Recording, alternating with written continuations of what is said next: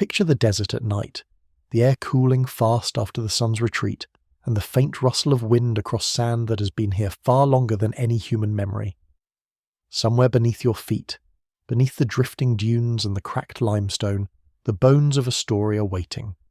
We have been told for generations that the pyramids of Giza rose around 4,500 years ago under the rule of kings whose names are still carved into temple walls. But what if that story is only the final act of a much older tale? What if these colossal shapes were already ancient when the first hieroglyph was scratched into stone? You might already be picturing stonecutters in white linen skirts, the sun blazing down, oxen pulling sledges. But imagine something stranger. Imagine the same scene, except the air is cooler, the Nile is wider, and the horizon is dotted not with sand but with patches of grass and scattered trees. Somewhere far away, ice sheets the size of continents grind slowly toward the sea. It's not the Egypt you learned about in school. This is Egypt, before pharaohs had names. In recent decades, a handful of geologists and historians have looked at the Giza Plateau and noticed things that don't quite fit the official narrative. The limestone enclosure around the Great Sphinx, for example, is weathered in a way that suggests it has endured centuries of heavy rainfall that hasn't been common in this part of the world for thousands of years. Robert Schoch, a geologist from Boston University, famously argued in the 1990s that the Sphinx could be much older than dynastic Egypt, possibly dating back to the end of the last ice age. Mainstream Egyptologists pushed back hard, pointing out the lack of artifacts or inscriptions to support such a date. Historians are still debating whether these erosion patterns are the fingerprints of an ancient climate, or simply the result of wind and sand over time. It's an odd thing to consider, especially when you realize how much of history rests on the assumption that human civilization is relatively young. Most textbooks start the story of advanced humanity around 5,000 years ago, with the rise of city-states and organized agriculture. But every so often, an artifact or a ruin slips into view and seems to whisper, quietly but insistently, that we might have overlooked something. Think of Göbekli Tepe in modern-day Turkey, a complex of massive carved stones erected 11,600 years ago, long before the supposed invention of agriculture. Its existence doesn't prove that the pyramids are older than we think, but it does remind us that humans were shaping stone with remarkable skill deep into prehistory. There's a strange comfort in the official story. It's neat, it's chronological, and it fits well with what's already in museums. But the human mind has a weakness for neatness. It prefers smooth surfaces to rough edges, and history, real history, is full of rough edges. If you stand at the base of the Great Pyramid and run your fingers over its weathered blocks, you're touching stone that was ancient even in the age of Homer. Those stones have been rained on, baked, shaken by earthquakes, and brushed by the hands of countless pilgrims, scholars, and looters. They've seen the stars shift in the night sky, the desert expand and contract, and the Nile change its course. It's easy to imagine that the desert hides many things. Odd fact, in 2013, archaeologists in the Egyptian desert uncovered a complete Roman-era ship buried hundreds of miles from the sea. A reminder that what lies beneath the sand isn't always what we expect. And if a ship can survive in the desert for nearly 2,000 years, why couldn't something far older, an earlier layer of the pyramids themselves, be waiting under those limestone blocks? The challenge is that stone is both patient and deceptive. A block of weathered limestone might be 20 years old or 20,000, and unless it carries an inscription, the truth can be hard to pin down. That's part of what makes the Ice Age theory so tantalizing. It offers an older, messier history, one that doesn't fit neatly into the boxes of dynastic timelines. But it also leaves us with vast empty spaces where certainty should be. And in those spaces, imagination starts to take root. So before you get too comfortable, take a moment to like the video and subscribe, but only if you really like what I'm doing here. It's a small way to let me know you're out there, somewhere under your own patch of night sky. And I'm curious, where are you listening from right now, and what time is it where you are? As you think about that, picture the pyramids not as the crowning achievement of a young civilization, but as something inherited, something that stood silent for centuries before being claimed by the pharaohs we know by name. Imagine them as survivors, their sharp edges dulled by thousands of years of wind and rain before the Old Kingdom even began. You don't have to believe it. You only have to let the possibility drift across your mind like a thin cloud over a bright moon. After all, history is not only what happened, it's also what we're willing to consider. If you have only ever known Egypt through photographs, documentaries, or perhaps a single visit in the height of summer, you might believe this land has always been dry. The kind of dryness that draws lines across your lips, that makes your eyes ache under the sun's glare. The Giza Plateau, with its beige expanse and its colossal monuments, seems to belong to a world utterly removed from the gentleness of rain. Yet, if you trace the scars on its stones, you might begin to suspect that water once had a much more intimate conversation with this landscape. The Great Sphinx, guardian of the plateau, is the most eloquent witness. Its massive lion's body and human face are carved directly into the bedrock, and around it lies an enclosure, walls of limestone whose surfaces tell a story no inscription records. These walls are etched with deep vertical channels, grooves that curl and smooth as they descend, the kind of shapes that moving water tends to leave behind. Geologists who study erosion patterns have learned to distinguish the signature of wind from that of rain. Wind erosion is horizontal, sharp-edged, like a blade scraping in one direction. Water, by contrast, softens. It curls its way down, wearing pockets and folds, creating a kind of rippling effect in the stone. Robert Schoch, a Boston University geologist, first made international headlines in the 1990s by suggesting that these patterns could not have been made by mere centuries of wind and sand. In his view, they spoke of centuries of heavy rainfall of the kind that has not been common here for at least 7,000 years. Schoch's conclusion was bold. If the Sphinx's enclosure showed signs of water erosion, then the monument must have been carved long before the time of Pharaoh Khafra, perhaps even before the end of the last ice age, when the Sahara was a land of grass and rivers. This idea met fierce resistance from Egyptologists, whose timeline for the Sphinx was anchored in archaeological evidence from the Old Kingdom. The argument went like this. The Sphinx resembles the face of Khafra's statues, it sits next to his pyramid complex, and the surrounding temples use limestone blocks quarried from the very pit in which the Sphinx rests. Therefore, the most logical explanation is that Khafra ordered its construction around 2500 BCE. Any erosion, they said, could be the result of wind, sand, or even the occasional flood caused by rising groundwater in ancient times. Historians are still debating whether the weathering is a clue to a much earlier origin, or simply a byproduct of later natural forces. The truth is frustratingly slippery. Stone holds its age in ways that resist easy measurement. Dating it is not like dating a piece of wood or bone with radiocarbon techniques. Without an inscription saying carved in the year 10, the argument must rely on interpretation. Geology versus archaeology, climate science versus cultural context. To complicate matters further, the Sphinx is not the only structure with puzzling erosion. Nearby, blocks from the Valley Temple and the Sphinx Temple, massive limestone and granite constructions, show similar weathering, and in some cases, erosion more severe than that on the Sphinx itself. Some have proposed that these temples too were originally built or at least begun in a wetter era, and only later incorporated into the grand design of the Old Kingdom. Understanding how such an era could exist here means stepping back into deep time. Imagine the end of the last ice age, between 12,000 and 9,000 years ago. The polar ice caps and glaciers were melting rapidly, pouring fresh water into the oceans, altering global wind and rainfall patterns. In North Africa, this was the African humid period, a time when monsoon rains reached far north into the Sahara. Vast lakes formed where there is now only sand.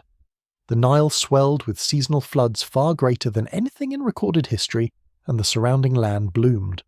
If a monument had been cut into limestone during this era, it would have endured years, perhaps centuries, of seasonal soaking. This paints a very different picture from the Egypt you know. Picture yourself standing before the Sphinx then. The air smells of wet soil and crushed leaves. The nearby plateau is dotted with pools left by recent rains, and somewhere in the distance a waterfall tumbles into a rocky basin, an almost unthinkable image in modern Giza. The Sphinx itself, freshly carved or already centuries old, drips with water, its flanks darkened by the storm. Odd fact, even in the hyper-arid modern Sahara, sudden downpours still happen, and they can be catastrophic. In 1975, a rare storm in Algeria dumped so much water in a single day that rivers formed where none had existed for decades.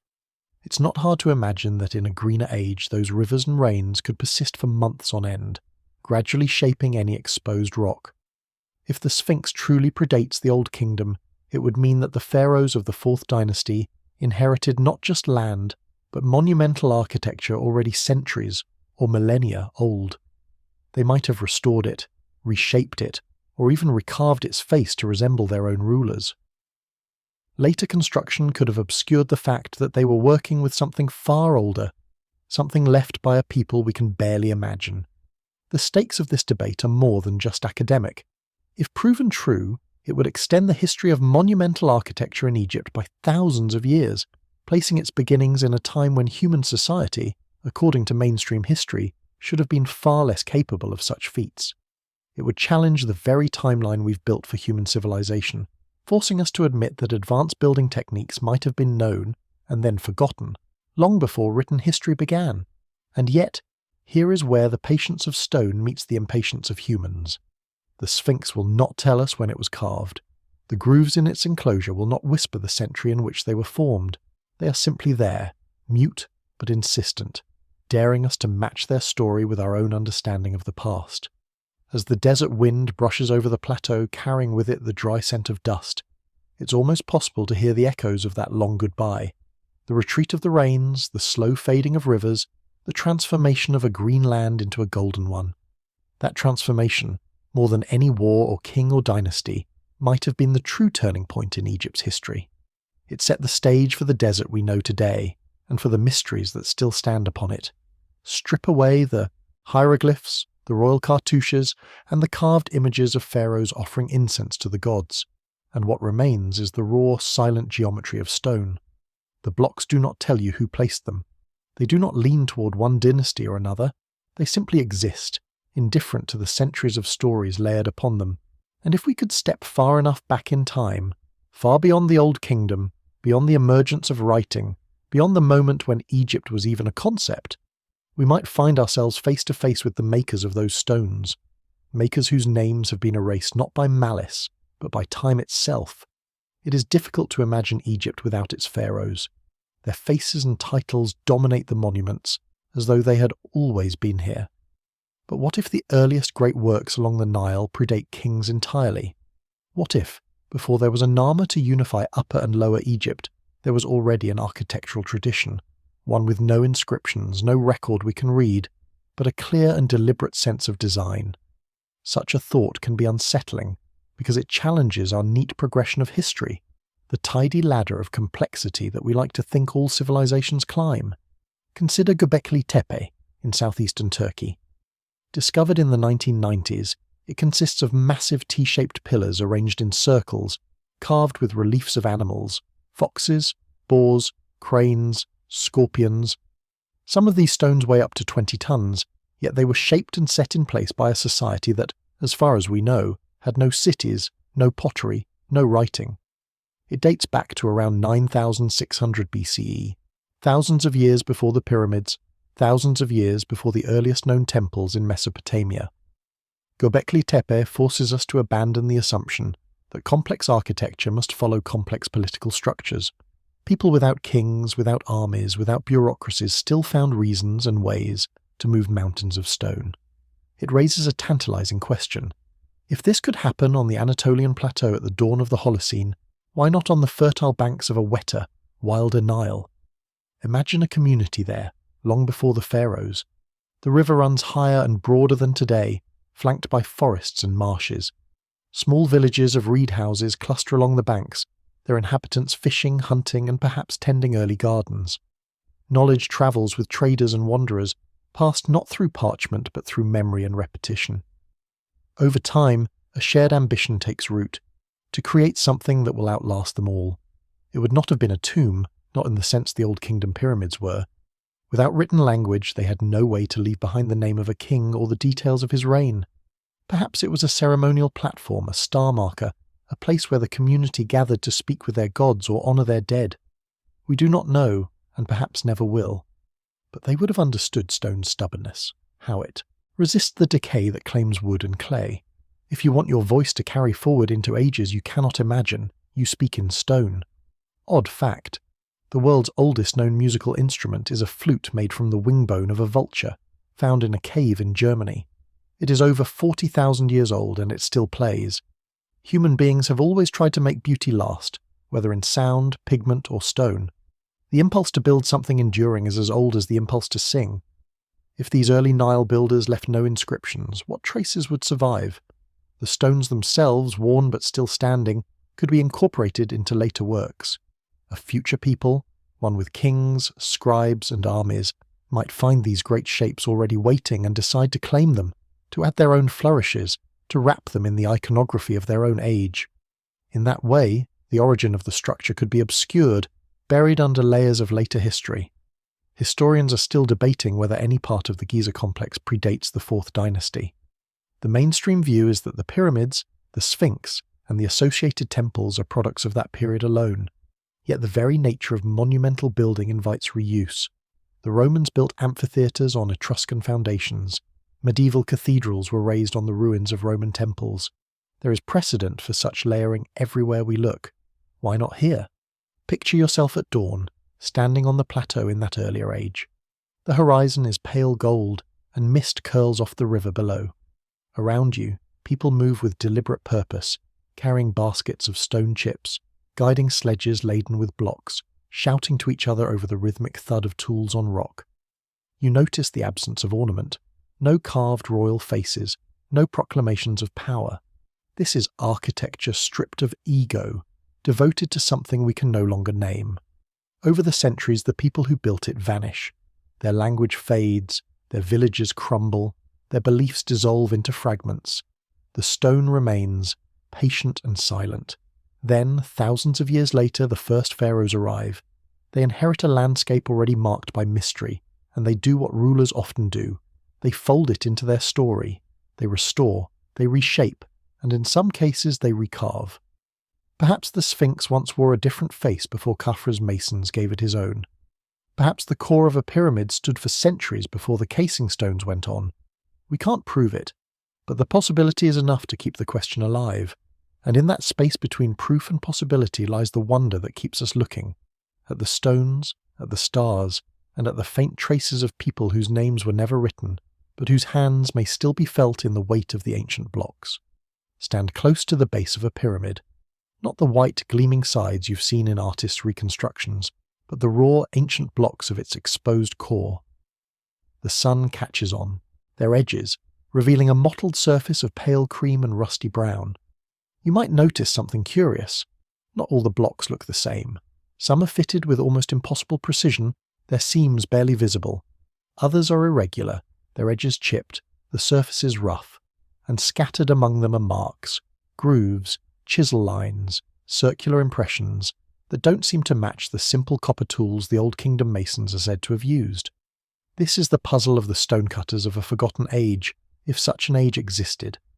The official story tells us that the Great Pyramid, built for Pharaoh Khufu around 2560 BCE, was the product of thousands of labourers using copper chisels, dolerite-pounding stones and wooden sledges.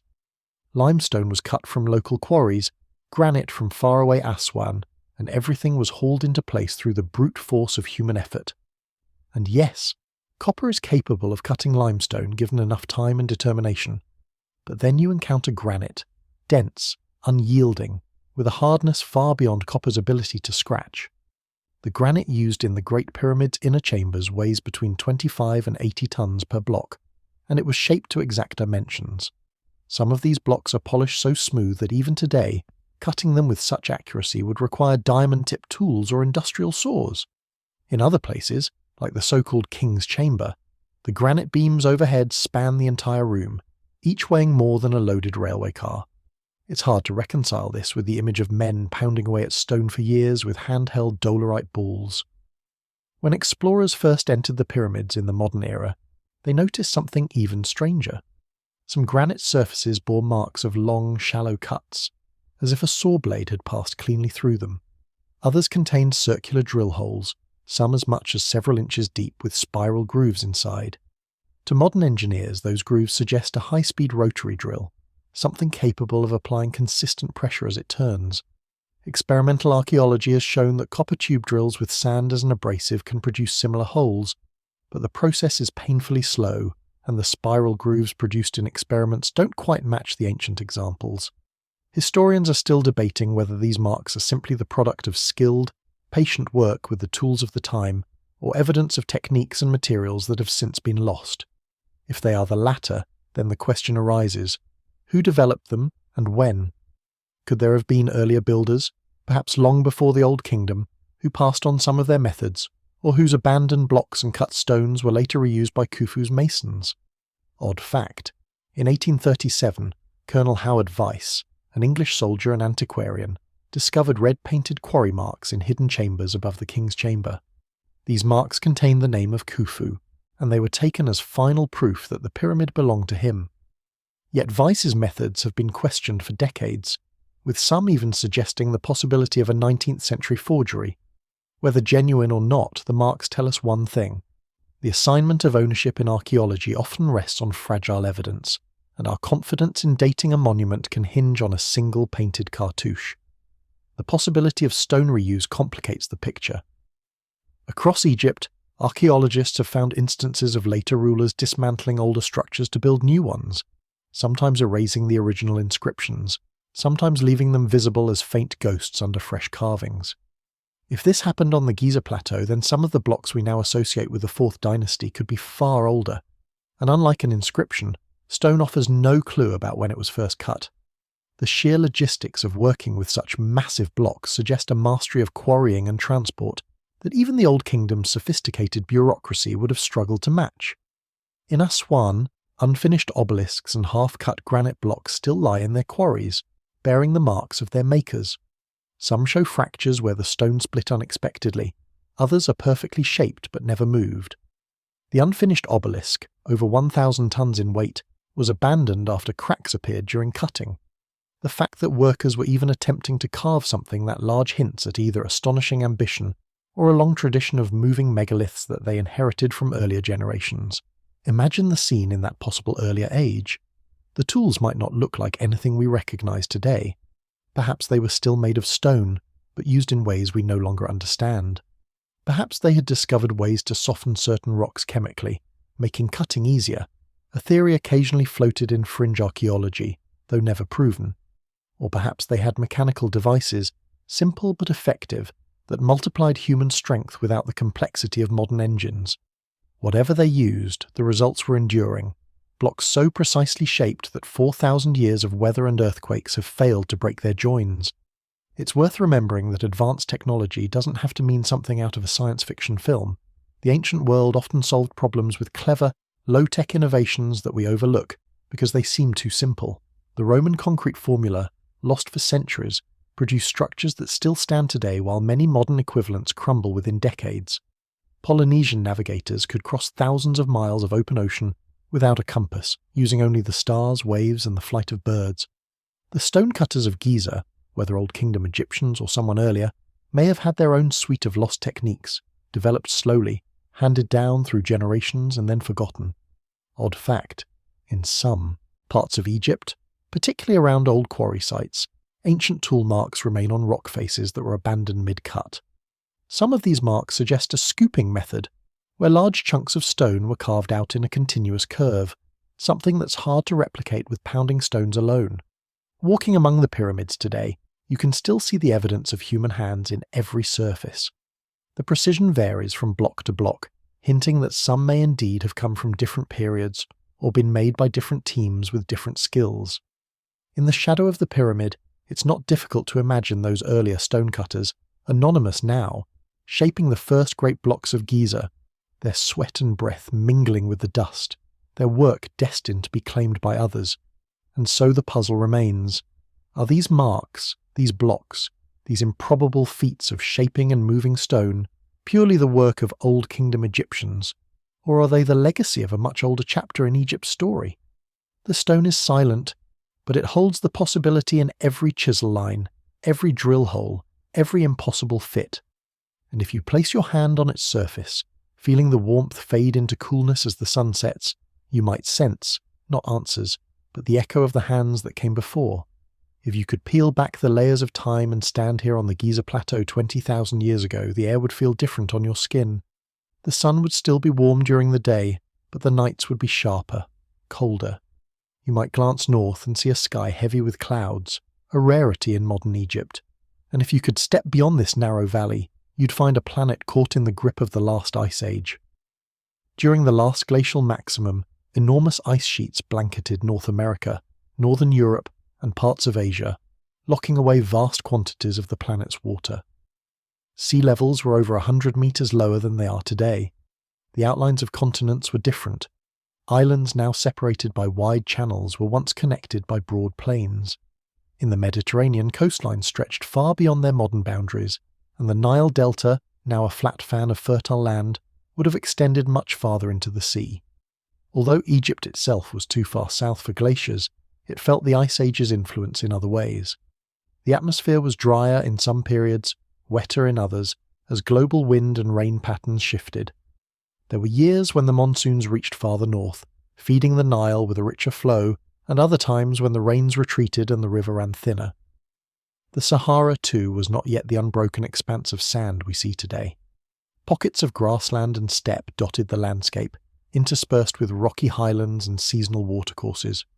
Odd fact: while humans in the Nile Valley may have been adapting to these changes, woolly mammoths were still roaming far away in Siberia and North America.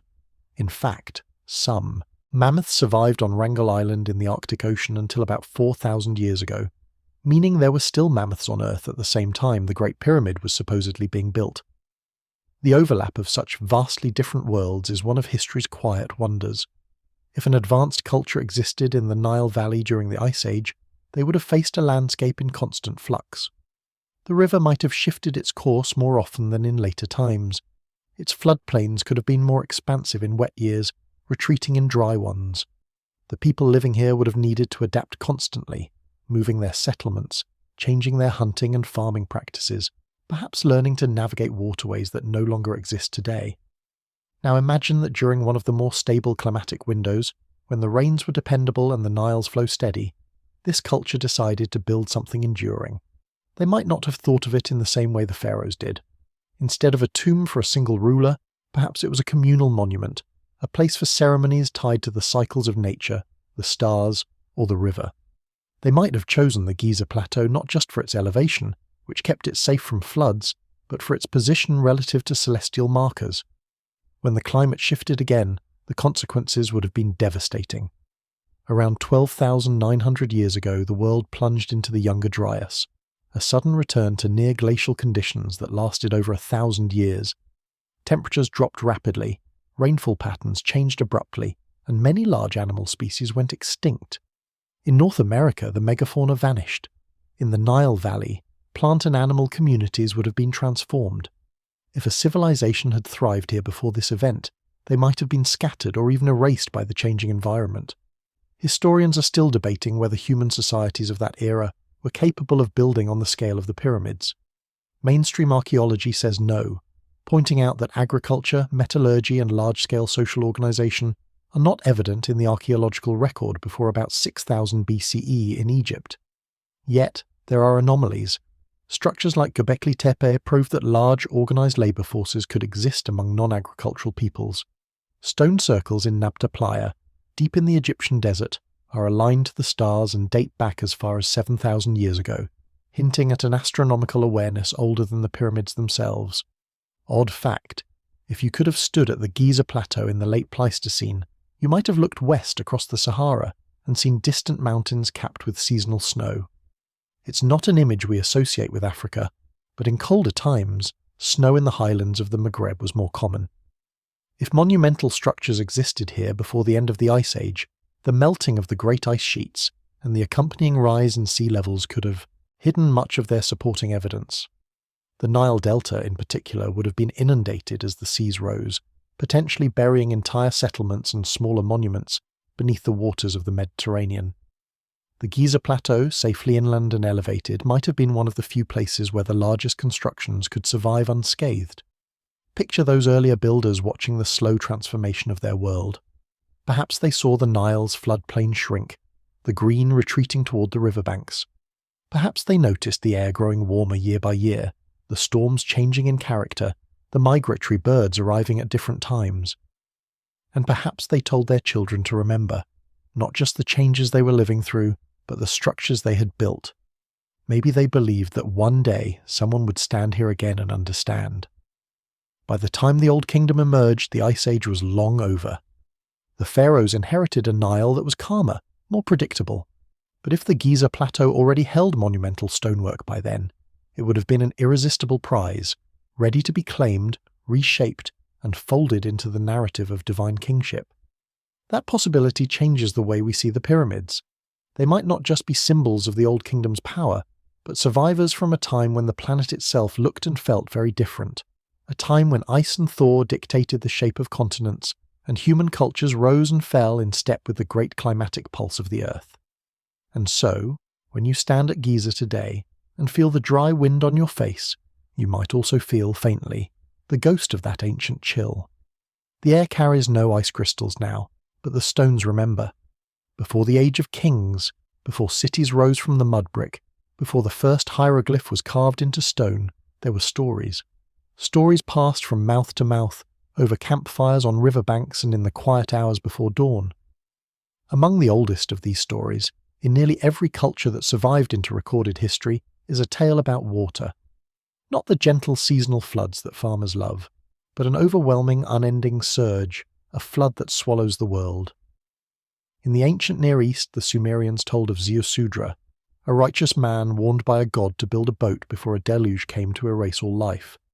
Later, in the Epic of Gilgamesh, the character Utnapishtim recounts a similar rescue, surviving with his family and animals to repopulate the land.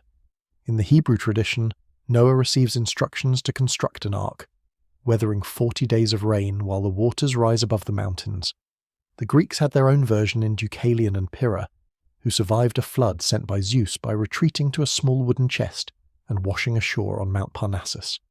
Egypt's own flood myths are quieter, more folded into creation itself.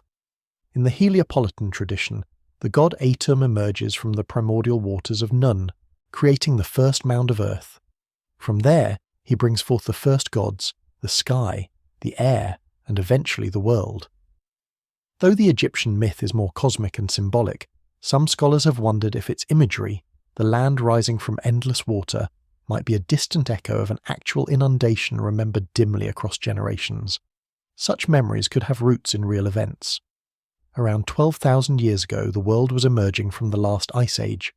Vast glaciers melted, releasing torrents of water into the oceans. Global sea levels rose more than 100 meters, drowning coastlines and reshaping continents. One particularly dramatic event, known as Meltwater Pulse 1A, raised sea levels several meters in less than a century. Imagine being a coastal or riverine people then. Each year, the water creeping farther inland, villages lost, farmland submerged. If the Nile Delta was already populated in some form, entire settlements could have been erased beneath the rising Mediterranean. Odd fact, deep beneath the waves of the Black Sea, archaeologists have found traces of ancient shorelines and freshwater mollusks buried under layers of saltwater species. This suggests that around 7,500 years ago, the Mediterranean may have broken through the Bosporus and flooded what was then a large freshwater lake. To the people living there, it would have seemed as though the sea itself had risen overnight. Some even argue this event could have inspired later flood myths. Historians are still debating whether oral traditions can accurately preserve memories of such ancient catastrophes.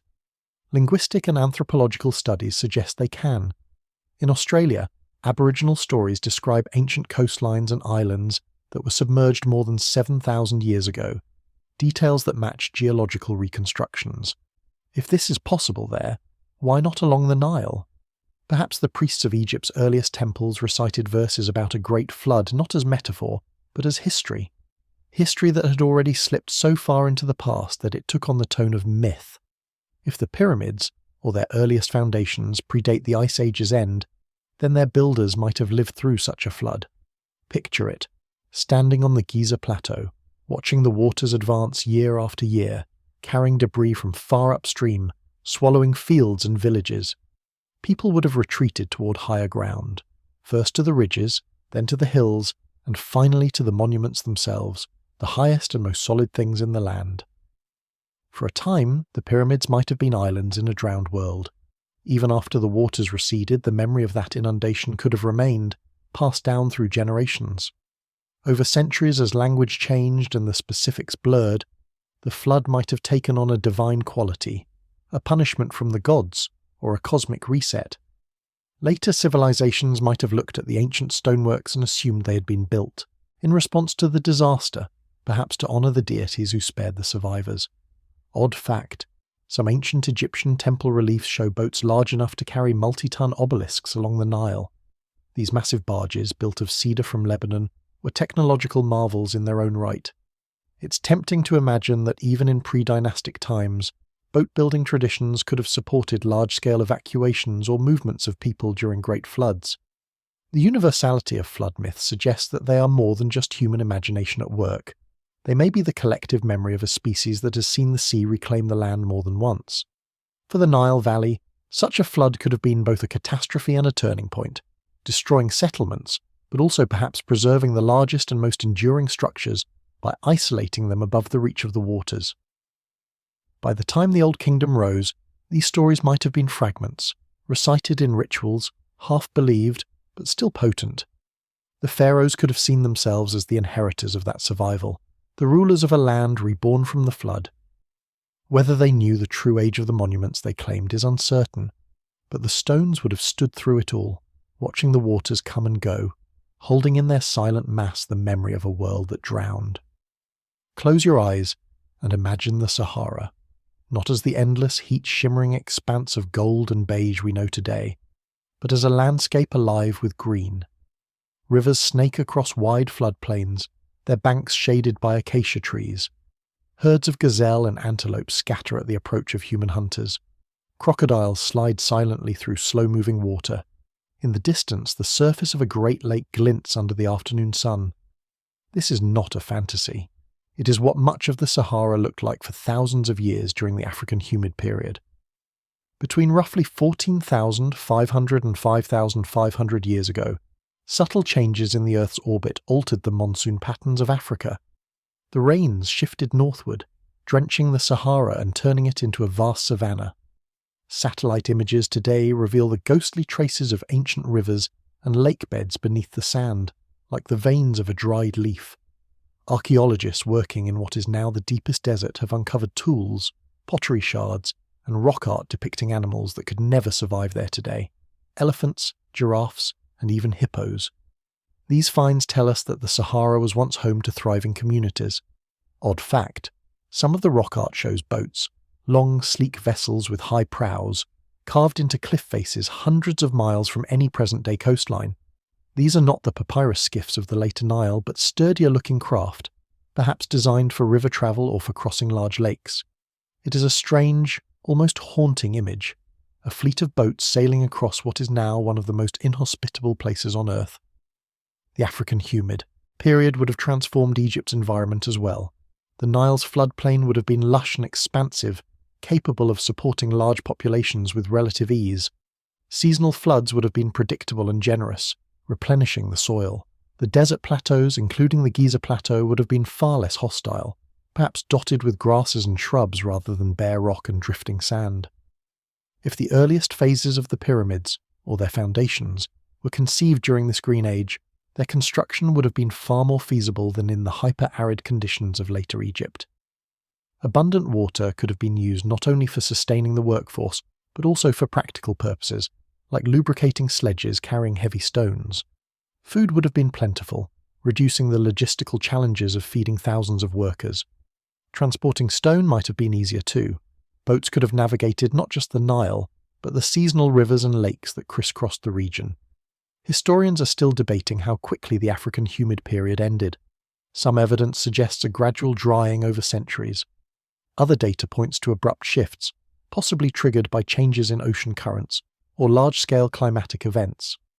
What is certain is that the Sahara's transformation from green to gold was devastating for the people who lived there. Rivers vanished, lakes shrank into muddy basins, and fertile land turned to dust.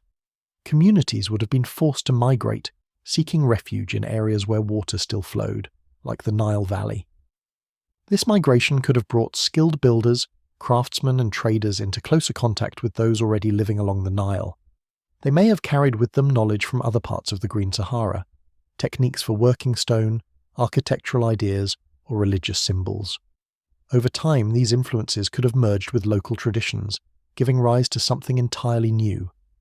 Odd fact: in southern Egypt's Nabta Playa, archaeologists have found a series of stone circles and alignments dating back at least 7,000 years, possibly earlier. Some of these stones are aligned to mark the summer solstice, suggesting a sophisticated understanding of astronomy long before the appearance of written records in Egypt. It is tempting to imagine that such knowledge was part of a broader cultural network spread across the Green Sahara. When the rains finally failed for good, the desert returned with a vengeance. What had been a continent-spanning grassland became a barrier, cutting Egypt off from much of Africa to the west. Trade routes disappeared, and the Green Sahara slipped into memory. But if monumental structures had been built during that earlier age, they would have remained standing on high ground while the land around them turned to sand. Picture the pyramids, not surrounded by an ocean of desert, but rising from a patchwork of fields, grazing, lands, and streams.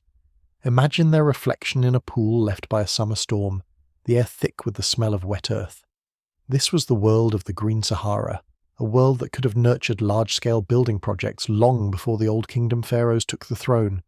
As the centuries passed and the land dried, those monuments would have taken on a different meaning. To later peoples, they might have seemed the work of gods, built in an age when the world was more generous. The memory of the Green Sahara might have been preserved only in stories, half-believed legends about a time when the desert bloomed, when rivers ran where now only sand lies. And like all such stories, they would have carried a warning: nothing lasts forever, not even the land beneath your feet. If you stand on the Giza plateau at night, far from the glare of modern Cairo, the sky opens like an ancient book. The air cools quickly after sunset, and the horizon takes on that particular velvet darkness where stars don't just appear. They seem to press forward, closer than you expect. Even now, in a time when city lights have stolen much of the night's brilliance, Orion's belt still hangs clear above the desert, 3 points of light in a perfect line. But thousands of years ago, under skies unpolluted by electric light, the stars would have been so sharp they cast faint shadows on the sand. For people living before the invention of clocks, the night sky was both a map and a calendar. You could tell the time by the positions of certain stars. You could know when to plant crops or prepare for flooding by watching the first pre-dawn rise of a particular constellation. And if you were a builder, someone laying the foundations for a monument meant to last for thousands of years, you might choose to align it with the heavens themselves. The most famous of these ideas is the Orion correlation theory, proposed by Robert Bauval in the 1990s. He noticed that the three main pyramids of Giza, Khufu, Khafra, and Menkaure, are not perfectly in line, but offset slightly, just like the stars Al-Nitak, Al-Nilam, and Mintaka in Orion's belt. When he looked at the sky charts, he found that the pyramid's layout matched the stars' positions most closely around 10,500 BCE. In that same epoch, the constellation of Leo would have been rising directly in the east during the spring equinox, right where the Sphinx gazes eternally. If true, it suggests that the builders might have been commemorating a date thousands of years before the Old Kingdom. Mainstream Egyptology has been skeptical of this theory, pointing out that similar alignments can occur by chance, and that no written records link the pyramids directly to Orion's belt. Yet even without the Orion theory, the precision of the pyramid's alignment to true north is astonishing. The Great Pyramid's sides are aligned within a fraction of a degree, a feat that would be challenging even with modern surveying equipment. Historians are still debating how the ancient Egyptians achieved this. One plausible method involves watching the simultaneous transit of two circumpolar stars, using their crossing point as a fixed reference for true north. But here's the catch. Because of a slow wobble in the Earth's axis known as precession, those star pairs line up perfectly only at certain times in history. Measurements suggest that the stars best suited for this method would have been aligned several centuries earlier than the accepted construction date of the Great Pyramid. Odd fact: the ancient Egyptians divided the night sky into 36 groups of stars called decans, each rising at a specific time of the year and serving as a kind of stellar clock. Priests could tell the hour during the night simply by looking at which decan had risen above the horizon. This star clock system was so precise It could measure time to within 20 minutes, over 1,000 years before mechanical clocks appeared. If a pre-dynastic or even pre-Ice Age culture worked on the Giza Plateau, their relationship to the stars might have been even deeper. Without written language, astronomy might have been a living oral tradition, passed from teacher to student. Aligning massive stone structures with celestial markers could serve both as a sacred act and as a practical tool, anchoring seasonal calendars, navigation methods, and religious ceremonies to fixed points in the sky. Precession changes the backdrop of the heavens so slowly that a single human lifetime cannot detect it. But over centuries, the shifts become noticeable. Imagine a tradition in which every generation recorded the position of Orion's belt during a specific festival. After many generations, the elders might notice that the stars no longer rose in exactly the same spot. To fix that moment forever, to make sure future generations remembered where the stars once stood, you might decide to record it in stone. The Orion alignment is not the only stellar link proposed for Giza. Some researchers have pointed to the shafts in the Great Pyramid, which appear to be aimed at specific stars. Around 2500 BCE, these would have pointed toward Orion's belt and the star Thuban in the constellation Draco, then the pole star. But if those shafts were aimed in an earlier era, they could have targeted entirely different stars, reflecting a different celestial priority and perhaps a different culture. Odd fact: many ancient cultures linked Orion with a great hunter or warrior. In Egypt, Orion was associated with Osiris, the god of the afterlife and rebirth. Aligning a monument with Orion might therefore have been more than just a technical achievement. It could have been a symbolic connection between the pharaoh and the divine cycle of death and renewal. If the alignment dates to 10,500 BCE, as Boval suggested, the intended symbolism might be even older, perhaps rooted in myths from a time before the Sahara turned to sand standing on the plateau under a clear night sky. You can almost feel the weight of that continuity. The idea that across thousands of years, different peoples stood in the same place, looked up at the same stars and found meaning there. Whether they were pharaohs, priests, or anonymous stargazers from a forgotten age, the builders of Giza seem to have worked with a cosmic awareness that we are only beginning to rediscover. The stars move slowly, but the stones move even more slowly. Together they form a dialogue between earth and sky, written in a language we are still learning to read. And if the Giza monuments truly preserve alignments from an older sky, they are not just buildings. They are time capsules, carrying a message from a world whose constellations have shifted, but whose ambition still glitters above us. If you run your hand over the blocks of the Great Pyramid, you are touching limestone, stone that once lay on the floor of a shallow sea, millions of years before humans appeared. The Giza Plateau itself is part of a vast geological formation laid down in the Eocene epoch, when much of northern Egypt was submerged beneath warm tropical waters. That ancient sea teemed with life, coral reefs, mollusks, fish, and the occasional large marine predator. When the sea receded and the land rose, the sediments hardened into limestone, trapping within them a memory of that ocean world. It's easy to forget when looking at a pyramid that its building blocks are fossils in disguise. Tiny shells and the skeletons of microscopic sea creatures are embedded throughout the stone. If you examine certain blocks closely, especially those taken from deeper layers of the plateau, you can still see the outlines of these fossils, coiled shells, fragments of coral, and even the impressions of ancient sea plants. In some places, the fossils are so dense that the rock looks almost like a solidified shell bed. Odd fact: one of the earliest scientific studies of the Giza stones was not by an Egyptologist but by a geologist. In the 19th century, travellers noted the presence of fossilised seashells in the pyramid blocks, a discovery that led to early speculation about the ancient environment of the Nile Valley. These observations have since been confirmed repeatedly. The stones of Giza are quite literally the hardened remains of an ancient seabed. For most of the Old Kingdom, this was simply the material at hand, quarried locally and shaped into blocks.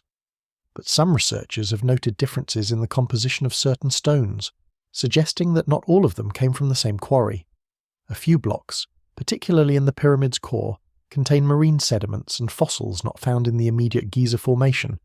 Could this mean that some of the stone was brought from elsewhere? If so, where and why? Historians are still debating the implications. The conventional view is that all the main limestone came from the Giza Plateau itself, with harder granite imported from Aswan.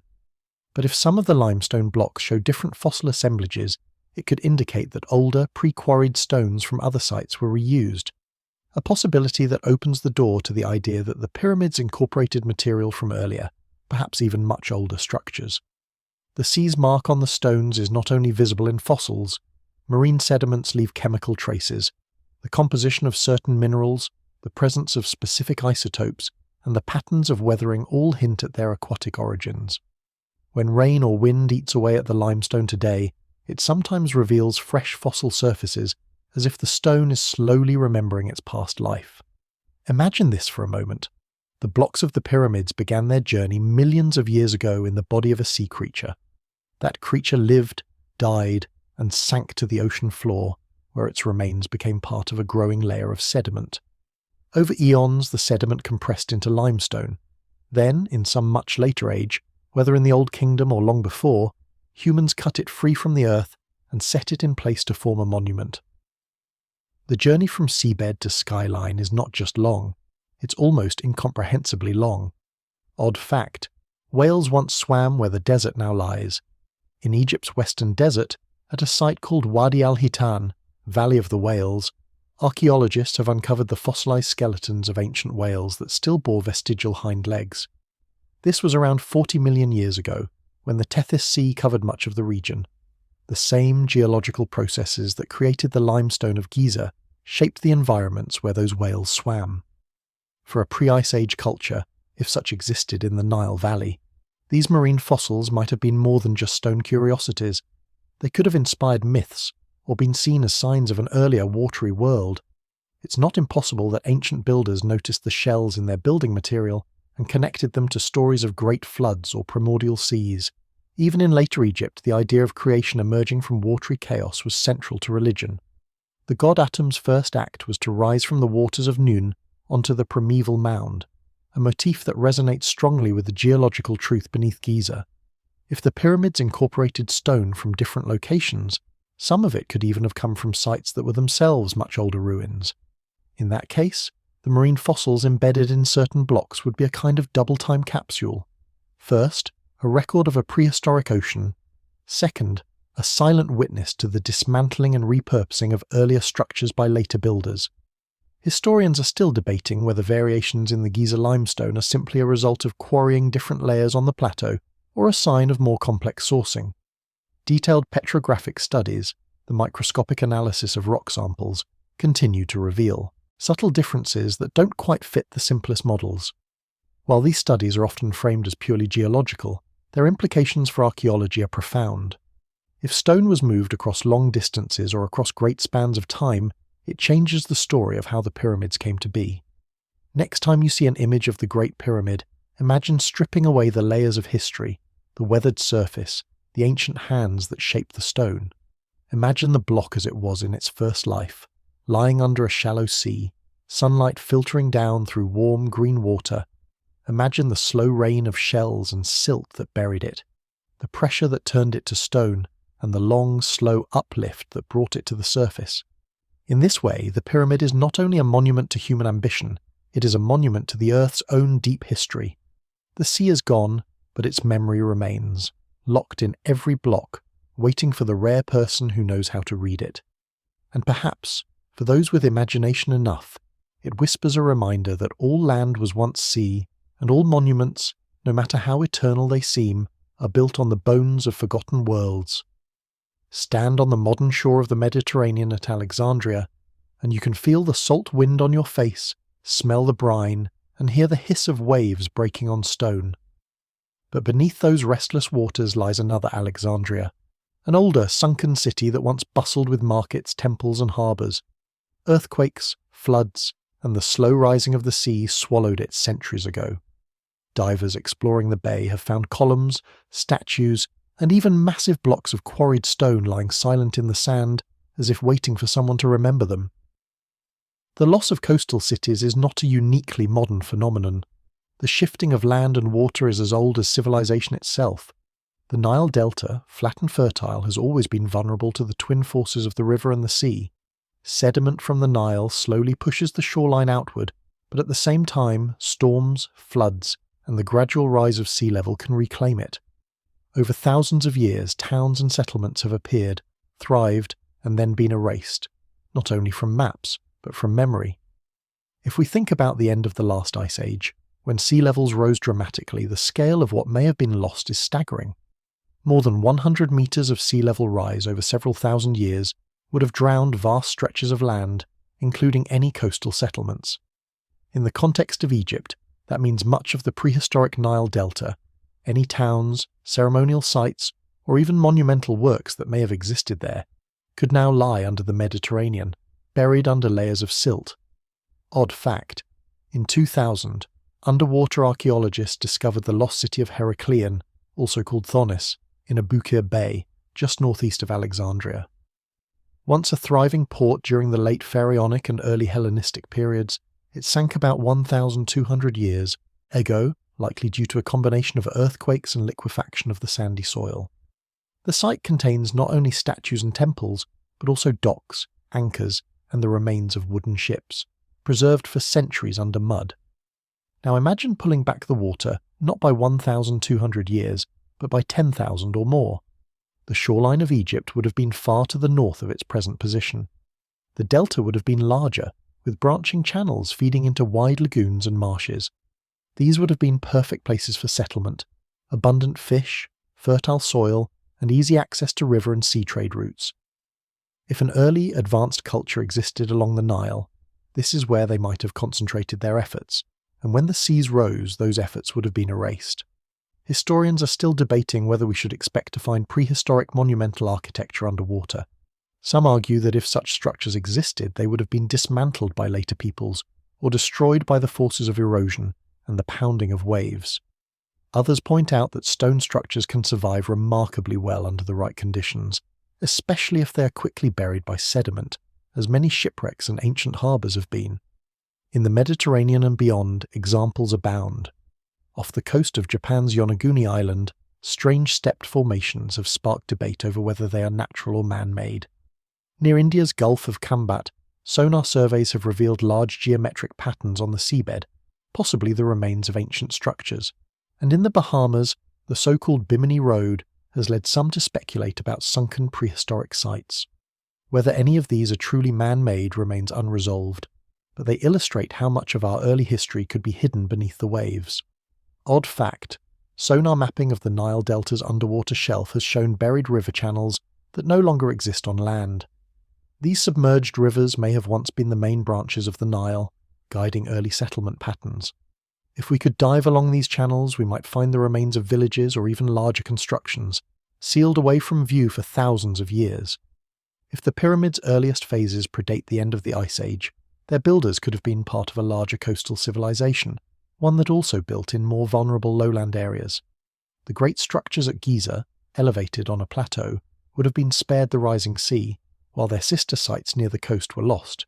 In that case, the pyramids might be not only monuments, but survivors, markers left by a culture whose true extent lies drowned and hidden. Standing on the shore today, looking out over the Mediterranean, it's easy to imagine that line of ancient cities stretching into the distance, now erased by the tide. Imagine harbours lined with stone quays, markets filled with the scent of fish and grain, priests offering prayers in temples, whose columns now lie scattered on the seabed. Imagine that somewhere out there, beneath the green water, lies the missing chapter of Egypt's story, a chapter that could explain why the builders of Giza seem to arrive already knowing how to work in stone on a colossal scale. The ghosts of coastal cities still whisper in the waves. You can't hear the words, but you can feel their weight, especially when you remember that the sea is always hungry and the shore is never still. We like to imagine history as a neat chronological scroll, each year inked carefully in place, each event written down as it happened. In reality, it's more like a half-burned library, with whole shelves missing and others warped by smoke. The written record is patchy at best, and for most of human existence it simply didn't exist at all. The story of Egypt as told in textbooks begins around 3100 BCE, when Nama, sometimes called Menes, unified Upper and Lower Egypt. Writing in the form of hieroglyphs appears fully developed not long after. To the casual reader, it might seem as if writing was invented almost overnight, coinciding with the birth of the pharaonic state. But that's the first trap of written history. It makes the arrival of writing look like the arrival of civilization itself, when in fact it's just the moment a culture becomes visible to us. Odd fact, the earliest preserved shopping list in human history comes not from Egypt, but from Mesopotamia, written on a clay tablet around 3500 BCE. It's a record of deliveries, probably for a temple, listing quantities of beer, bread, and livestock. This mundane inventory survives while entire oral epics and generations of unwritten history have vanished. Such is the bias of the archaeological record. It preserves the durable and the bureaucratic while letting the intangible slip away. If the earliest builders at Giza were pre-literate, they would have left no written record of their work. Their tools, clothing, and wooden structures would have decayed. Their language would have died without leaving even a carved sign behind. The Old Kingdom pharaohs, inheriting the site, could then imprint their own names and stories on the monuments, forever binding them in the eyes of later generations to the dynasties we know. Historians are still debating how long it takes for a writing system to emerge in a complex society. In Egypt, the earliest hieroglyphs appear suddenly and with great sophistication, suggesting a long period of development that is invisible in the archaeological record. It's as if a novel appeared fully formed without any earlier drafts or notes. The same phenomenon is seen in Sumer, where cuneiform emerges in a state so advanced that it must have had precursors we have not yet found. Without writing, a culture must rely on oral tradition to carry its history forward. Oral traditions can be astonishingly resilient. Some Aboriginal stories in Australia appear to describe events from over 7,000 years ago, but they are also vulnerable to distortion. Details blur, dates become symbolic, and events merge with myth. If Egypt inherited oral traditions from an earlier civilization, they may have transformed over millennia into creation myths, god stories, or symbolic tales that only faintly echo the original events. Odd fact, when Napoleon scholars documented Egypt in the late 18th and early 19th centuries, they recorded local traditions claiming that the pyramids were built before the biblical flood. While these stories were dismissed as folklore, they show that even in relatively recent times, there were alternative narratives about the monument's origins circulating among the people who lived in their shadow. The absence of early written records also creates an illusion of sudden brilliance. The Giza pyramids appear in our history books as the work of a society just a few centuries removed from the invention of writing. That makes them seem like a miraculous leap, a culture going from mud brick to the largest stone structures ever built almost instantly. If we allow for the possibility of an earlier undocumented building tradition, the leap becomes less implausible, but more mysterious. Who were those earlier builders, and why did their other works vanish? Perhaps they built in places now lost beneath the desert sands or the rising Mediterranean. Perhaps they favoured materials, wood, plaster, unbaked clay, that crumbled away long ago. Or perhaps their monuments still stand in plain sight, reworked and rebranded by later rulers until their original identity is beyond recovery. Writing has a way of solidifying a claim. Once Khufu's name was painted inside the Great Pyramid's hidden chambers, the monument became his in the eyes of history, even though the name might have been added long after the last block was set in place. The earliest written mention of something often becomes by default the story of its creation. Without earlier documents to challenge it, the narrative sticks, and so we are left with a paradox. The written record is our most trusted guide to the past, yet it may be the least representative. It preserves a narrow slice of human experience, favouring the literate elite and the materials that survive. Most of what happened before writing is a matter of inference, interpretation, and imagination. For a site like Giza, that means the true story may be far older and far stranger than the neat timelines suggest. If the pyramids truly stand on foundations laid before the invention of writing, they are monuments not only to stonecraft, but to memory itself, memory that has survived without words, carried instead in the weight of the blocks and the precision of their placement. They remind us that the absence of a written record is not the absence of a story. It's an invitation to look closer, to read the language of the stones, and to imagine the hands that built them long, before anyone thought to carve a name. For as long as humans have stared up at the pyramids, they have wondered who could have built them. For ancient Egyptians of the later dynasties, the answer was not always our ancestors.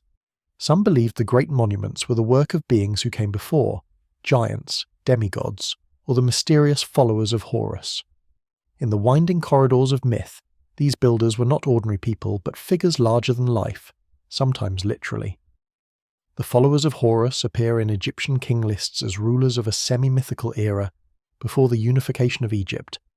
They are said to have reigned for thousands of years, their names lost except for fragments preserved in priestly records. Were they symbolic ancestors, legendary culture heroes, or distorted memories of real individuals? Historians are still debating whether such figures were purely mythological or rooted in dimly remembered history. Odd fact: the Palermo stone, an ancient basalt slab containing one of the earliest king lists, includes a section devoted to god-kings who ruled before the first human pharaohs. Their reigns are measured not in decades but in centuries. While this is clearly not literal in the modern sense, it mirrors other ancient traditions, from the Sumerian king list to biblical genealogies, in which early rulers are given impossibly long lifespans.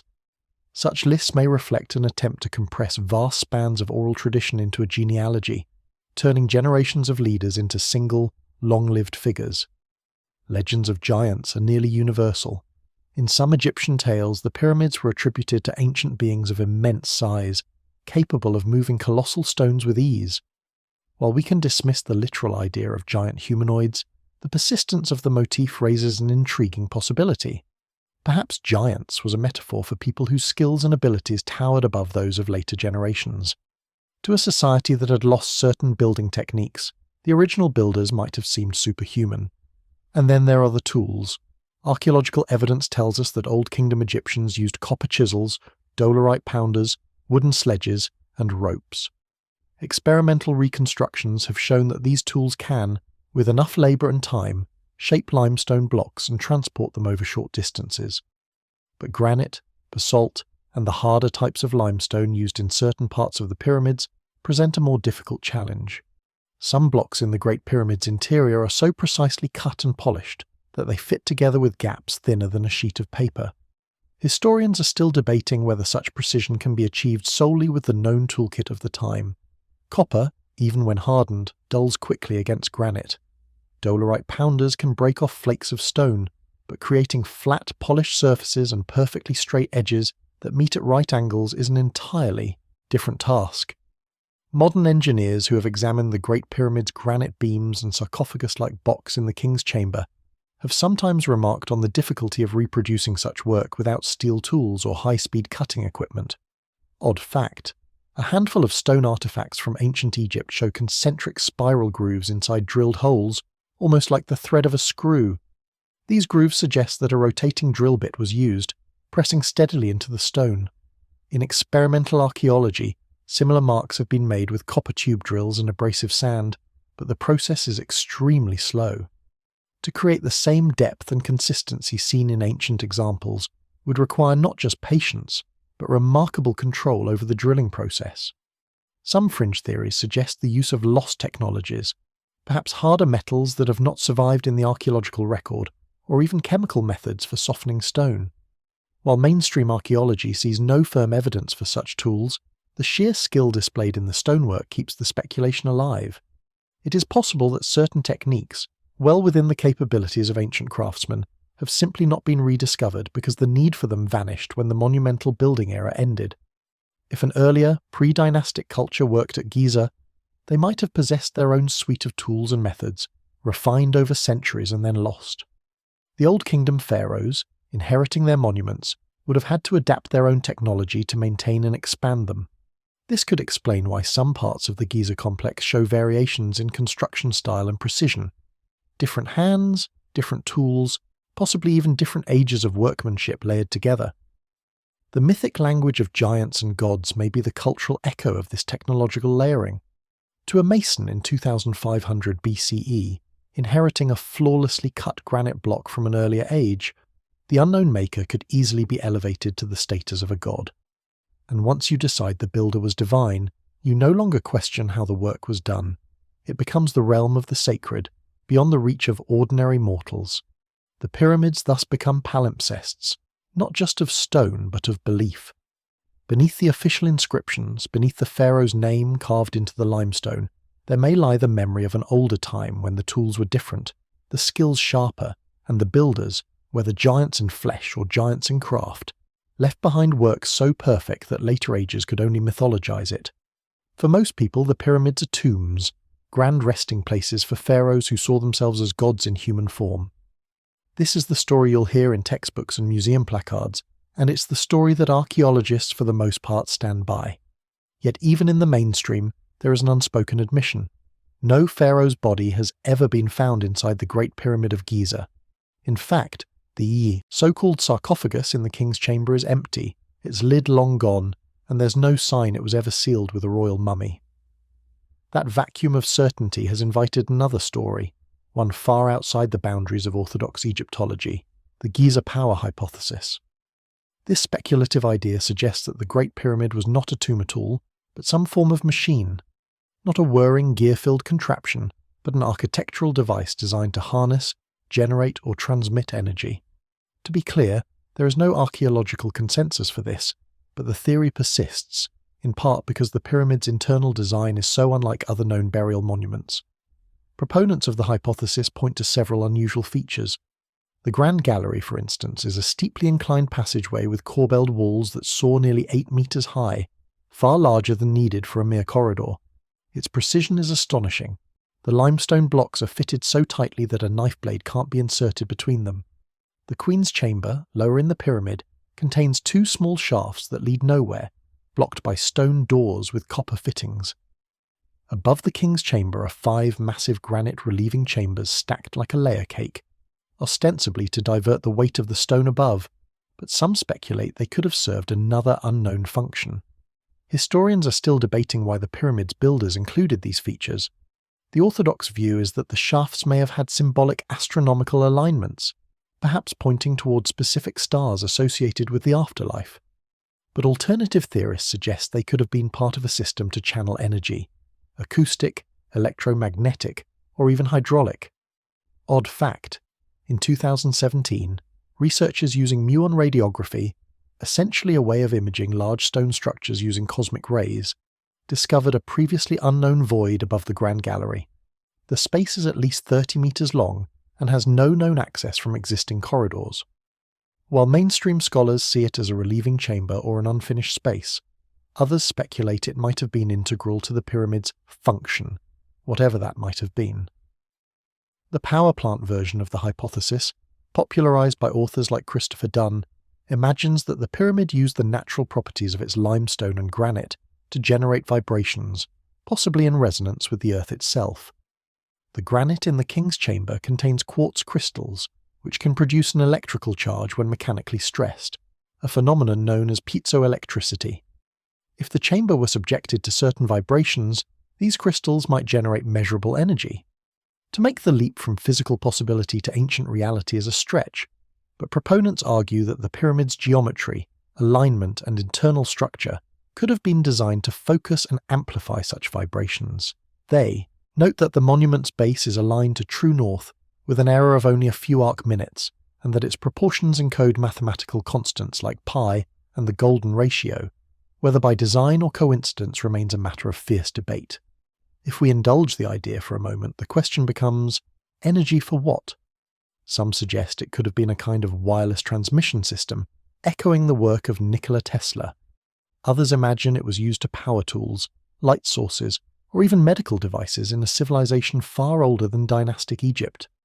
The more cautious speculate it might have been symbolic, a monumental representation of a cosmic principle, using geometry and material properties to harmonize with the universe. It's worth noting that ancient cultures often imbued their monuments with layers of meaning. A temple could be both a place of worship and a political statement. A tomb could be both a burial chamber and a cosmological model. If the Great Pyramid had some secondary function, practical or symbolic, it would not diminish its role as a spiritual focal point.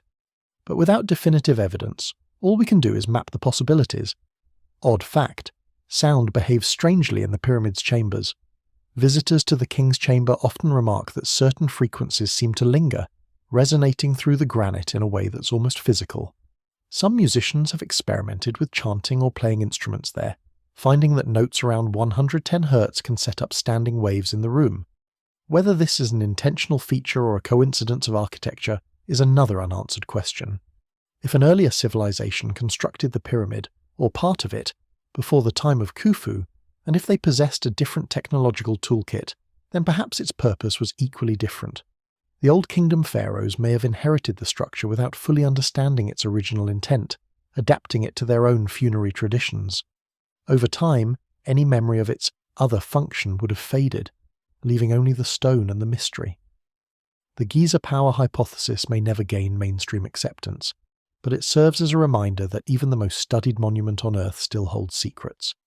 Whether the pyramid was a tomb, a machine, a star map, or some combination of these, its endurance across thousands of years speaks to a mastery that still humbles us.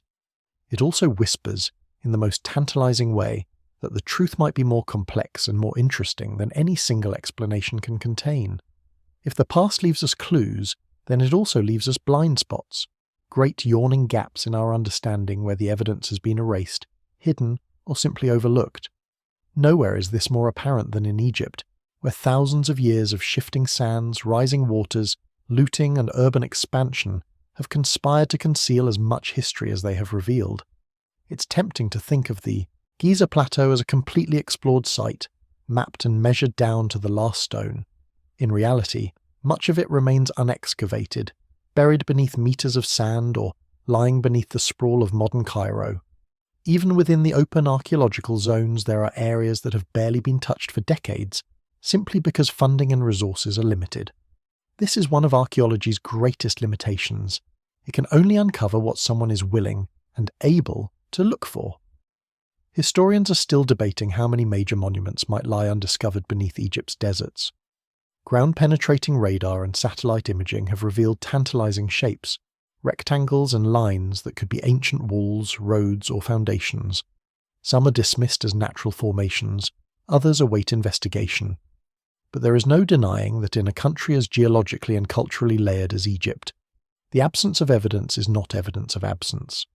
Odd fact, in the 1990s, archaeologists conducting a survey near the pyramids found what appeared to be a series of buried boat pits, long, narrow trenches designed to hold ceremonial vessels.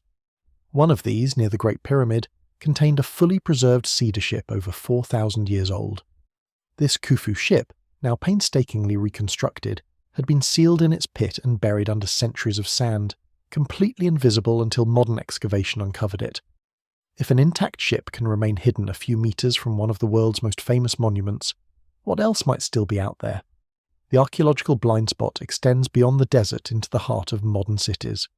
Ancient Memphis, once a bustling capital, lies beneath villages, farmland, and Cairo's suburbs.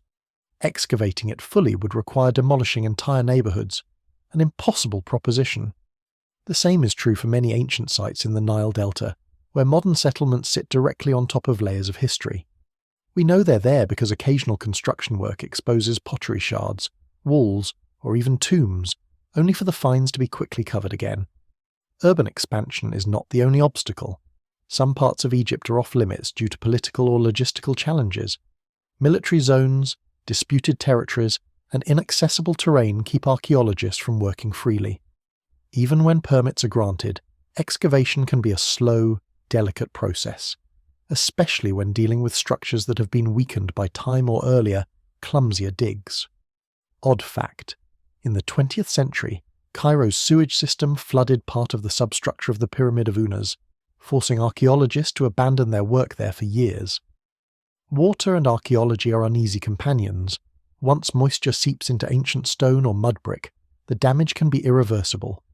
The same slow seepage is at work in other areas, particularly in the Nile Delta, where rising groundwater levels threaten to dissolve or destabilize buried ruins before they can be studied. Then there is the problem of what archaeologists call site bias. Funding and interest tend to focus on already famous locations, the Valley of the Kings, Giza, Luxor, while countless smaller sites are neglected. This skews our understanding of history, because the picture we build is based on the most visible and monumental remains, not necessarily the most representative. If Giza appears as a sudden leap into monumental architecture, it might be because we haven't found or haven't looked for the smaller, earlier steps that led to it. Imagine for a moment that an earlier phase of pyramid building took place not at Giza, but in the lowlands of the Nile Delta. Those monuments, perhaps smaller but similar in design, could have been built in a time when the climate was wetter and the land fertile. Then, as the sea rose and the delta shifted, they were lost beneath silt and seawater. Today, they would lie dozens of meters below the surface, invisible except to advanced underwater archaeology, and perhaps still centuries away from discovery. Historians are still debating how much weight to give to these missing links in the chain of Egypt's monumental history. For some, the absence of earlier large-scale stonework is proof that the Giza pyramids were unprecedented achievements of the Fourth Dynasty. For others, the lack of evidence simply reflects our limited view, a snapshot taken through the narrow lens of what's been excavated so far. And of course, there is the uncomfortable truth that archaeology is not immune to politics. Certain finds are celebrated, others downplayed depending on how they fit, or fail to fit, into the established narrative. In the 19th and early 20th centuries, some discoveries were quietly filed away, or forgotten simply because they raised questions that could not be answered at the time. Today, with more sophisticated tools and global collaboration, those questions might be addressed, but only if someone chooses to look. The archaeological blind spot, then, is not just a gap in the ground. It's a gap in our willingness and ability to ask questions. Somewhere under the sand, or under the streets, or under the sea, there may be stones that could shift the entire story of Egypt's past. Until they are found, the Giza Plateau will continue to stand in its strange isolation, a monumental peak in the historical record, with its base hidden deep beneath the dunes and the water, waiting for the day we learn to see it. Stand before the Great Pyramid and you may feel it is utterly unique, a singular monument rising from the sands of Egypt. Yet, if you step back and take a wider view of the ancient world, you begin to see faint reflections of Giza's ambitions scattered across the globe. Other places where people, long ago, shaped stone on a scale that defies easy explanation. These sites, separated by oceans and continents, share certain architectural traits. Massive blocks, uncanny precision, alignments with the heavens, and a durability that has allowed them to survive for thousands of years. In the high Andes of Bolivia, at a site called Pumapunku, megalithic stonework lies scattered like the bones of a fallen giant. Blocks of andesite, some weighing more than 100 tons, are cut into perfectly straight edges and sharp 90-degree angles, their surfaces so smooth they almost gleam. Some of the blocks are shaped like giant interlocking puzzle pieces, as if designed to fit together without mortar. No one knows exactly when Pumapunku was built. Estimates range from around 500 CE to far earlier, possibly predating the Tiwanaku civilization with which it is usually associated. For some researchers, the precision of its stonework echoes the fine joins of Giza's inner chambers.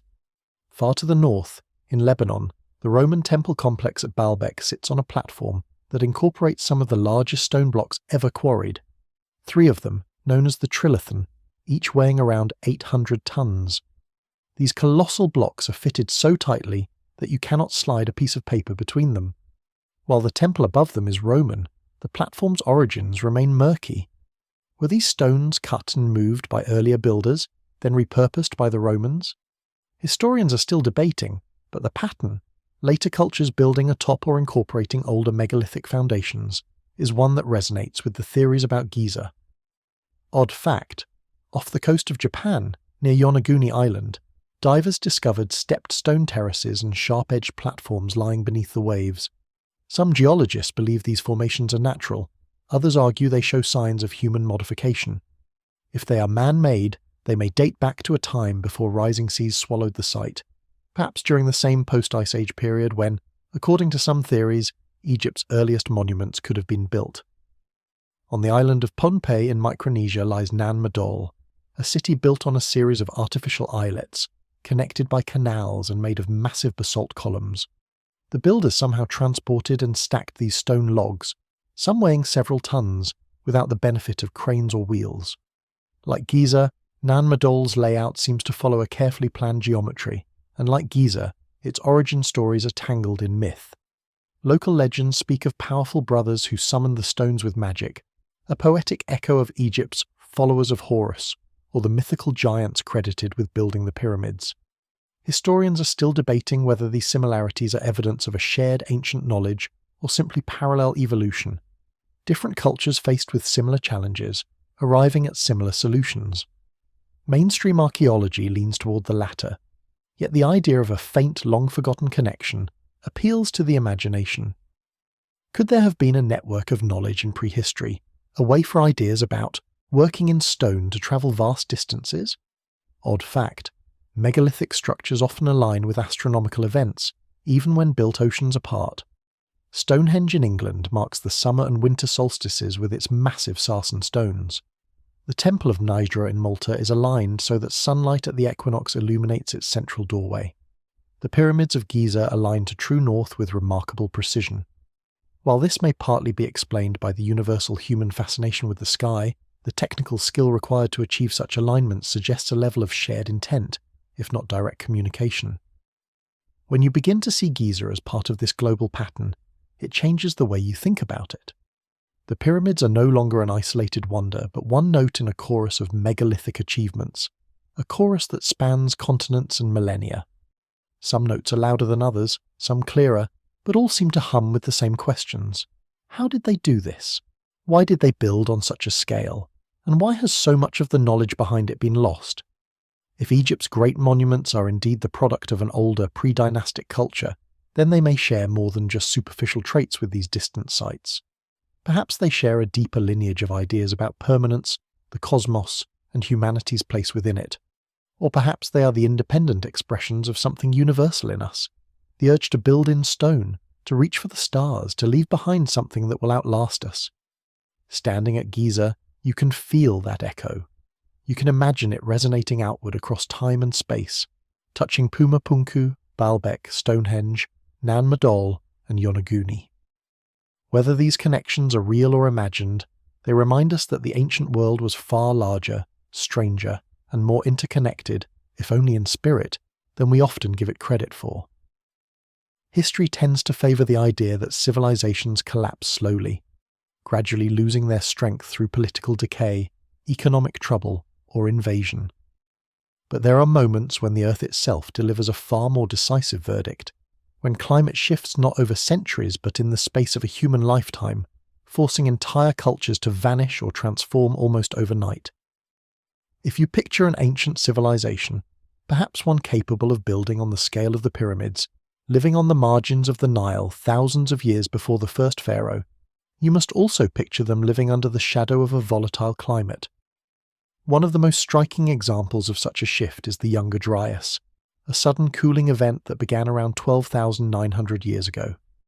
Just as the planet was warming at the end of the last ice age, global temperatures plunged again, and for more than 1,000 years, ice age conditions returned to much of the northern hemisphere. This was not a minor blip. It changed rainfall patterns, disrupted ecosystems, and in some areas brought agriculture to a standstill. In the Middle East's Fertile Crescent, where some of the first farming communities were taking root, it forced people to abandon settlements and revert to more mobile lifestyles. Historians are still debating what caused the Younger Dryas. Some theories point to the sudden release of meltwater from North American ice sheets into the North Atlantic, disrupting ocean currents. Others suggest a comet or asteroid impact based on layers of microscopic glassy spherules and elevated platinum found at sites across multiple continents. Whatever the cause, the effect was the same: rapid, global-scale disruption that would have been devastating for any complex society dependent on stable weather patterns. Odd fact: in Greenland ice cores, the onset of the Younger Dryas is marked by a temperature drop of around 8 degrees Celsius, 14 degrees Fahrenheit, in just a few decades. A change so fast that it would have been noticeable within a single human lifetime. Imagine being a farmer or builder in that time, watching the climate shift so quickly that the rhythms of planting and harvest no longer made sense. If a pyramid-building culture had existed along the Nile before the Younger Dryas, this climate shock could have fractured it completely. Seasonal floods might have failed, food production could have collapsed, and populations might have splintered into smaller scattered groups. The knowledge and organisation needed to sustain monumental construction could have been lost in a single generation. The structures themselves might remain, but their creators' names, language, and purpose would be swallowed by time. And then there is the African humid period, which followed soon after. Beginning around 14,500 years ago and lasting until roughly 5,500 years ago, It turned the Sahara into a green landscape of lakes and rivers. For a time, this would have been a golden age for life in North Africa: ample water, fertile land, and abundant wildlife. But its end was brutal. Within a few centuries, perhaps less, rainfall patterns shifted again, and the Sahara transformed from savanna to desert. This desertification was so rapid that even the most adaptable cultures would have struggled to survive. We see its fingerprints in the archaeological record. Rock art from the central Sahara depicts giraffes, elephants, and hippos, animals that require significant water sources. These images vanish as the desert expands. Communities that had thrived in green valleys and around large lakes either migrated toward the Nile or disappeared entirely. If monumental sites existed in the Sahara during its green phase, most would now be buried under dunes or eroded to nothing. Odd fact: in Chad's Borku Enedi Tibesti region, archaeologists have found stone monuments and burial mounds dating back more than 7,000 years, now isolated in one of the driest places on Earth. These remnants suggest that complex societies once flourished deep within what is now uninhabitable desert. Climate can erase in subtler ways too. Along the Nile, rising or falling water levels can bury sites under layers of silt or wash them away entirely. Over thousands of years, the river's course has shifted repeatedly, sometimes by kilometers, meaning that ancient settlements might lie beneath farmland or in places where no one would think to dig. In the delta, the combination of sea level rise and sedimentation creates a constantly changing landscape, one that could easily hide evidence of early cultures for millennia. Historians are still debating whether the loss of these potential sites is the main reason we see what appears to be a sudden start to Egyptian monumental building in the Old Kingdom. Is it truly a beginning, or is it merely the first surviving chapter after several others were erased? The idea that climate can erase civilizations is not confined to prehistory. Even in more recent times, prolonged droughts have brought empires to their knees. The collapse of the Mayan cities in the 9th century CE is often linked to severe extended drought. The disappearance of the ancestral Puebloans from Chaco Canyon in the 12th century may have had similar causes.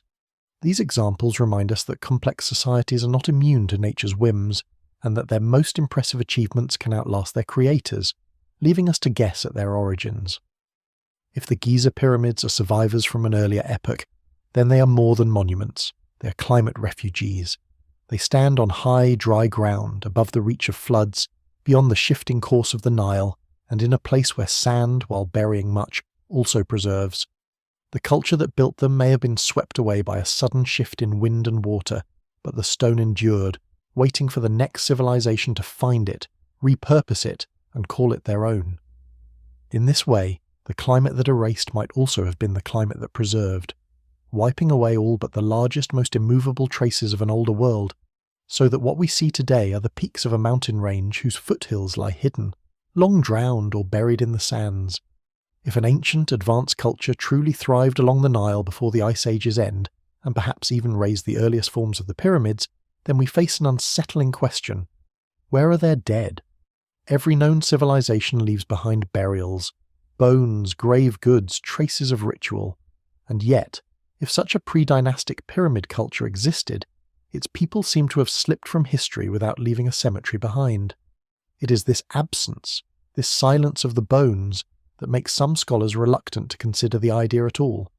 The absence could be an illusion. Human remains are fragile things, far more perishable than stone. In humid or wet environments, bones can decay completely within centuries. Even in dry regions, they can crumble if not protected. In many parts of the Nile Valley, the water table has shifted dramatically over the last 10,000 years, drowning what might once have been graves. In other areas, wind-driven sand has eroded surfaces repeatedly, exposing bones to the sun and scattering them until they vanish into dust. Odd fact: in the hyper-arid Atacama Desert in Chile, mummies over 7,000 years old survive intact, yet just a few hundred kilometers away, in slightly less dry conditions, human remains from the same period are entirely absent. Preservation is a lottery, and climate is only one of the players.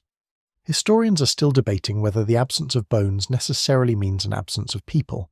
In some ancient cultures, elaborate burial rituals involved cremation, which destroys skeletal remains entirely. Others practiced forms of sky burial, leaving the dead to be consumed by animals and the elements.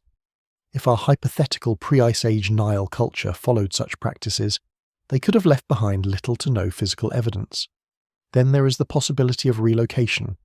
If climate change forced a mass migration, the bulk of the population might have left the Nile Valley entirely. In such a case, any burial grounds they left behind could be far from the monumental centres, hidden in regions we have not yet explored, or beneath landscapes now inaccessible. And we must remember that much of the archaeological record is filtered through the accidents of discovery. Most excavations in Egypt have been concentrated in areas associated with known dynastic sites. The further back we go, the less targeted our searches become. Without inscriptions or recognizable artifacts to mark a burial as significant, early remains might have been overlooked, misidentified, or even discarded by earlier generations of diggers. Odd fact, in the 19th century, many tombs uncovered by Egyptian workers were emptied of bones without any formal record, because antiquities dealers valued the grave goods but not the human remains. This loss means we will never know the age, health, or genetic background of those individuals. Another layer of difficulty comes from the fragility of ancient DNA. The hot Egyptian climate degrades genetic material rapidly, leaving only the most sheltered and carefully preserved specimens suitable for analysis. Even when remains are found, they may yield no recoverable genetic information. Without DNA, linking any individual to a hypothetical earlier population becomes a matter of educated guesswork, relying on skull shape or bone measurements, methods far less precise than modern genetics. Historians are still debating whether the genetic evidence we do have supports continuity or change in the Nile Valley's population over the last 10,000 years. Some studies suggest a relatively stable core population with outside influences over time. Others propose more dramatic population shifts. But given the fragmentary nature of the data, it is possible that a small earlier population could vanish from the record entirely, replaced, or absorbed, by later arrivals. There is also a cultural angle to consider. Later dynastic Egyptians placed enormous emphasis on preserving the body for the afterlife, leading to the famous practice of mummification. But earlier cultures may have viewed death differently, leaving no monumental tombs or preserved remains. If their dead were placed in simple, unmarked graves, exposed to the elements, or interred in now-lost floodplains, the passage of thousands of years would wipe the slate clean. It is even possible that the builders themselves left intentionally few traces. Nomadic or semi-nomadic peoples can achieve remarkable feats of construction. Consider the great stone circles of Göbekli Tepe in Turkey, built by hunter-gatherers more than 11,000 years ago. They left behind intricate stonework but almost no permanent settlements and very few burials. A pyramid-building culture could have operated in a similar way, gathering seasonally for construction before dispersing again. Such a pattern would leave a monumental footprint but a faint human one. The silence of the bones is unsettling because we expect to hear them speak. We want skeletal remains to tell us who these people were, where they came from, and what became of them. But silence too can tell a story. It may hint at rituals and beliefs we cannot guess. It may point to climate forces that scattered or destroyed. Or it may simply remind us that the human record is far more fragile than the stone one. If the pyramids are the last voices of an older culture, then their builders' bones may have been claimed by the Nile, the sand, or the wind long before the first pharaoh walked the plateau. We stand in their shadows, hearing nothing but the hum of history in the stone. And sometimes, silence speaks loudest of all. If there truly was a culture along the Nile before the dawn of the pharaohs, one capable of raising the first forms of the pyramids, then they must have spoken, sung, argued, prayed. They must have had words for their tools, their gods, their fears. Yet, if they left a language behind, it has vanished as thoroughly as their bones. What remains instead is an echo, faint and distorted, perhaps hidden within the earliest layers of Egyptian myth and writing, or buried in place names whose meanings have long since been forgotten. Language is one of the first casualties of time. It is also one of the most mutable things humans create. When people migrate, they blend their speech with that of others, and in just a few centuries the original words can become unrecognizable. If an Ice Age Nile culture was replaced, or absorbed, by later settlers, their vocabulary could have dissolved into the evolving river of Egyptian speech, leaving only isolated fossil words behind. Historians are still debating whether traces of such an older tongue survive in the Egyptian language as we know it. Ancient Egyptian itself, first attested in writing around 5,000 years ago, belongs to the Afro-Asiatic language family. It shares certain features with Berber, Semitic and Chadic languages, suggesting deep prehistoric connections across North Africa and the Middle East. But within its oldest inscriptions are words that resist clear comparison, odd, archaic terms whose origins are unclear. Some linguists think these may be remnants of a substrate language spoken before Egyptian fully emerged. Odd fact: in modern Egypt, some Nile place names cannot be explained through Arabic or Coptic, the later descendant of ancient Egyptian. They may be linguistic fossils, handed down over thousands of years from cultures long erased. Place names are remarkably durable. They can survive even when their original meanings are forgotten. The Nile itself might once have been called something entirely different by a people whose words have not been spoken aloud for millennia. If the builders of the pyramids, or their precursors, left no written records, we can only imagine what their script might have looked like. Early dynastic hieroglyphs already display a high level of sophistication, as if writing emerged fully formed. This has puzzled scholars because writing systems elsewhere, such as Sumerian cuneiform, show clear stages of development from simple pictographs to complex scripts. In Egypt, the missing earlier stages could mean either that they have been lost, or that writing was introduced suddenly, perhaps adapted from an older system now vanished. It is not impossible to think that the earliest hieroglyphic signs were inspired by symbolic carvings made by an earlier people. Rock art in the Eastern Desert and Western Desert, some dating back over 7,000 years, shows animals, boats, and human figures in stylized forms. While not writing in the formal sense, these images could have served as a symbolic language, a way to communicate ideas across time and space. Historians are still debating whether the myths preserved in later Egyptian religion might be retellings, however distorted, of events or beliefs from this deeper past. Stories of Zep Tepi, the first time, describe an age when gods walked among men and established the order of the world. Some interpret this as pure mythology, others see it as a poetic memory of an earlier, perhaps more advanced age, later reframed in divine terms. Odd fact: in some creation myths, the god Thoth is credited with inventing writing not for humans, but for the gods themselves, implying that knowledge of writing was something handed down, rather than invented from scratch. The loss of language is more than the loss of words. It is the loss of thought patterns, metaphors, and ways of seeing the world. If we could hear the speech of this hypothetical earlier Nile culture, it might reveal how they conceived of time, how they understood the stars, how they named the great stone shapes rising from the earth. Without it, we are left with mute architecture and the interpretations of those who came later. It is possible that somewhere deep in the desert or hidden in a sealed chamber, a few lines of an older script still exist, waiting to be found. A carved stone, a painted wall, a fragment of an idea that survived the millennia. But until then, the language remains in the realm of ghosts. The pyramids may speak in their own way, through geometry and proportion, but they do not tell us what their builders called them, or themselves.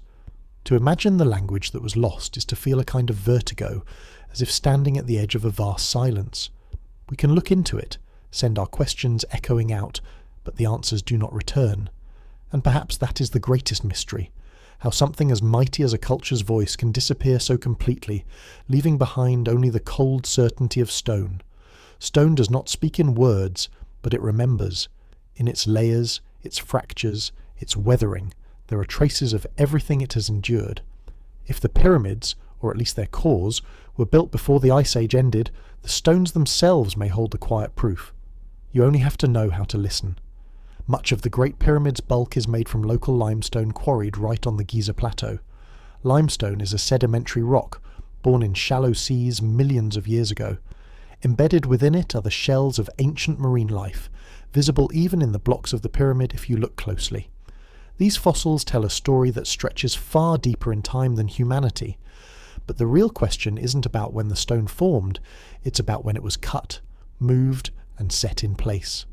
Historians are still debating whether the weathering patterns on some pyramid blocks and nearby structures, such as the Sphinx enclosure, are consistent with the hyper-arid climate of the last 4,500 years or with an earlier, wetter period in Egyptian prehistory. Proponents of the older Sphinx theory point to deep vertical fissures and rounded edges on the limestone walls, features that can be caused by prolonged rainfall. Critics argue that wind and salt crystallization could produce similar effects. Yet if the weathering truly is rain-induced, it would imply exposure during the African humid period, or even earlier, times when the climate was far wetter than today.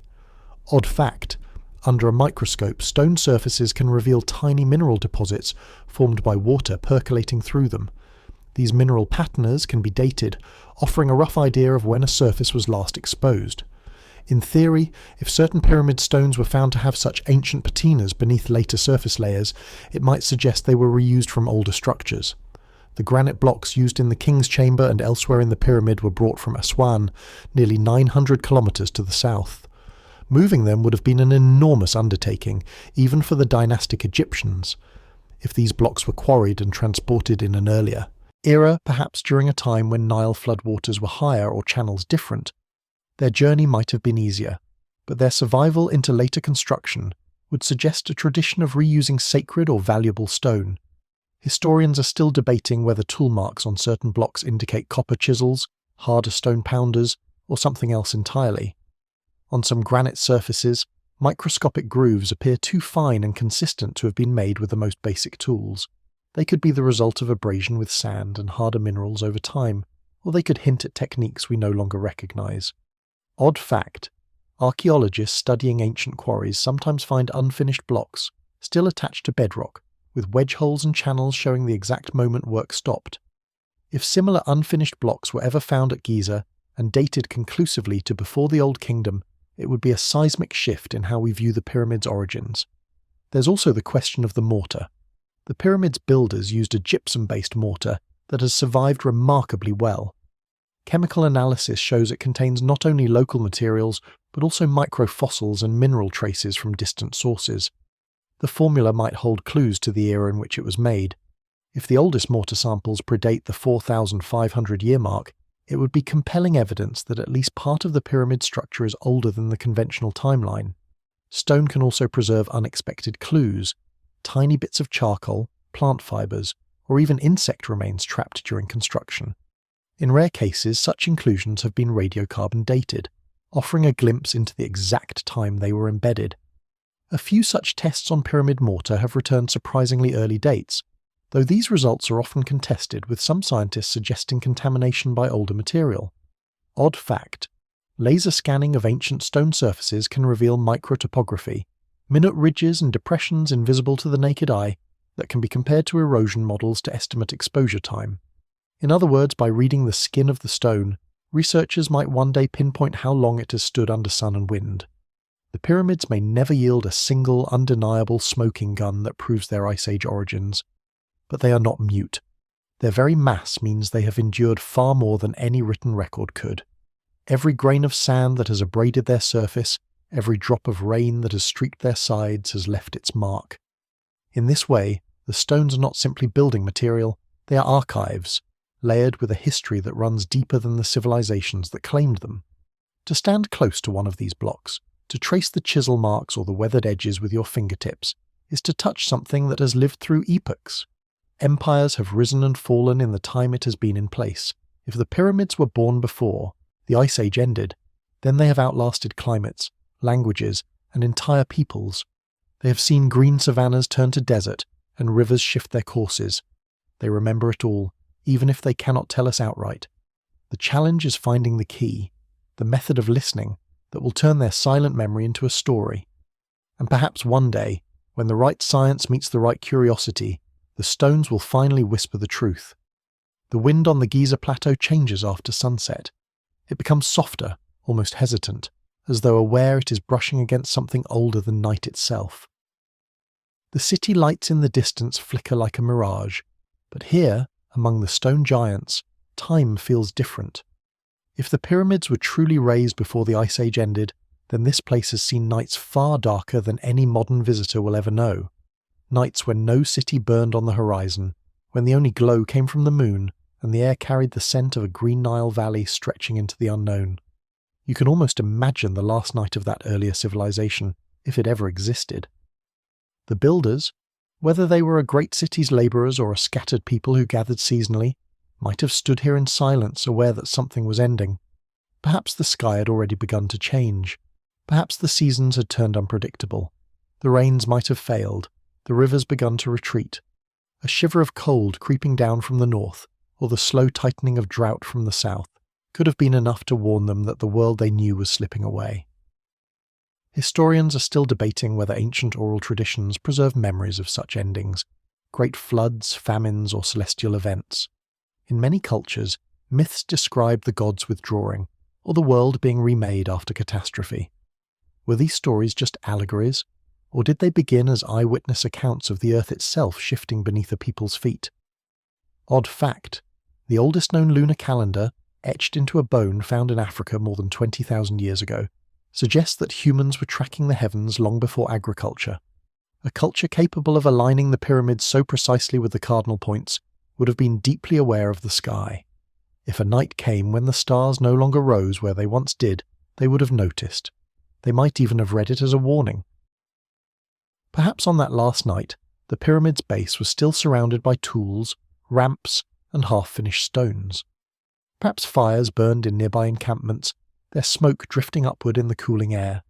Somewhere, an elder might have been telling a younger listener what to remember, what to carry forward if the people had to scatter. Words passed in the dark, knowing the stone would remain behind, silent and immovable, when all else was gone. The next morning could have brought the first steps of abandonment, a migration toward water, the slow decay of once busy paths, the burying of ramps in drifting sand, and with each passing season, the plateau would have grown quieter until only the wind remained to circle the structures. If this imagined ending happened, it would not have been sudden in the way disasters are today. It would have been stretched across years, even decades, giving just enough time for the builders' children to remember the stones, but perhaps not their purpose. Give it a few more generations, and those stones would become the work of the ancestors, and then the work of the gods. By the time the first pharaohs rose, the true origin could already have been lost to memory, replaced by myth. Odd fact, in some desert regions, even large man-made structures can vanish entirely beneath dunes in less than a century, only to be revealed again hundreds of years later. If parts of Giza were ever buried and then re-exposed, that cycle could have helped preserve them through the chaos of changing ages. Standing on the plateau today, you might think that the pyramids are eternal, but even stone erodes, sand grinds, the desert takes back what is hers. One day, far in the future, these shapes may be worn down to little more than mounds, their sharp edges long gone. Whoever walks here then, if anyone, may look at them with the same puzzled awe we feel now, and wonder about a civilization they can no longer see. If the pyramids truly predate the Ice Age, then tonight is just another in a chain of millions of nights they have endured. Your footsteps on the sand are one more sound in their long memory. The wind moves around them like breath over the lips of a sleeping giant, and the stars, those same stars their builders once charted, still pass overhead in silence. You leave the plateau knowing that you will never know everything, and perhaps that is the point. The stone doesn't need to explain itself. It was here before you were born. It will be here long after you are gone. Some questions are meant to stay open, so that every time you ask them, you feel the same shiver of wonder. The night air on the plateau cools slowly, as if reluctant to let go of the heat it gathered under the sun. The sand shifts just enough to remind you it is alive, moving grain by grain, even when the world feels still. Above, the stars hold their places, but you know they too are drifting, very slowly in arcs you will never live to see completed. And there, at the edge of your vision, the pyramids rise as they have for thousands of nights, holding their silence, asking nothing, answering less. You might try to imagine all the people who have stood here before you. Farmers from the valley who came to watch the setting sun. Priests from a later age who offered incense to gods whose names had already changed.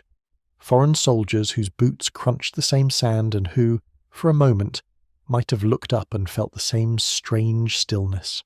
And maybe, long before them all, a different people, entirely, people whose faces and voices are gone, but whose hands shape the stones in ways we still do not fully understand. It is tempting to want the truth, to demand an answer from the past, but the pyramids do not yield easily.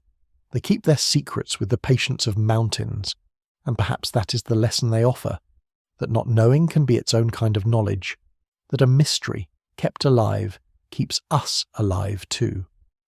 So tonight, as you let your thoughts drift, picture the plateau not as it is now, but as it might have been, green, alive, echoing with voices in a language no one speaks anymore. Let that image fade slowly, like the last glow of firelight, until only the shape of the stone remains and beyond it the quiet of the desert. Good night.